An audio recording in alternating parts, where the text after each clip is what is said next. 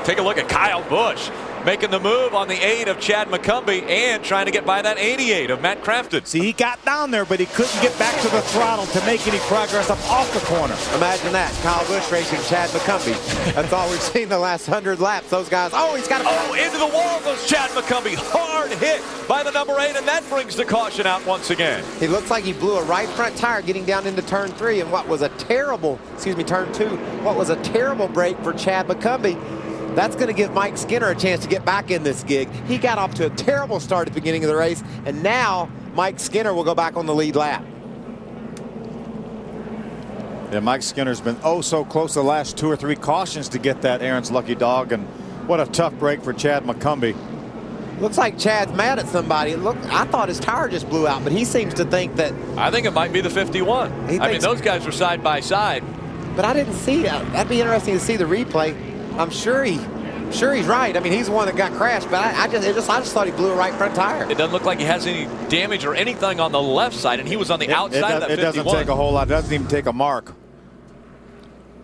Watch this now. I wonder if maybe did Kyle get into the back of him and send him into the corner a little bit harder? And then he got on the brakes. And then he locked the brakes up, and when he locked the brakes up, it just went hard straight to the right-hand side.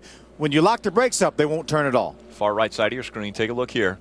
There it is, a little contact. Great camera work, guys. He gets he just gets him a little bit sideways. Then he locks the brakes up, and when you lock the brakes up, there's no way that truck's going to turn. Well, that's just great camera work. We saw exactly what Chad McCumbee was mad about when we first saw it. It looked like it just blew a right front and drove straight into the outside wall. But obviously, Chad knew he had gotten hit, and he wanted to drive up there and let Kyle Busch know that after racing side by side for 100 laps, he didn't really appreciate getting punted into the wall.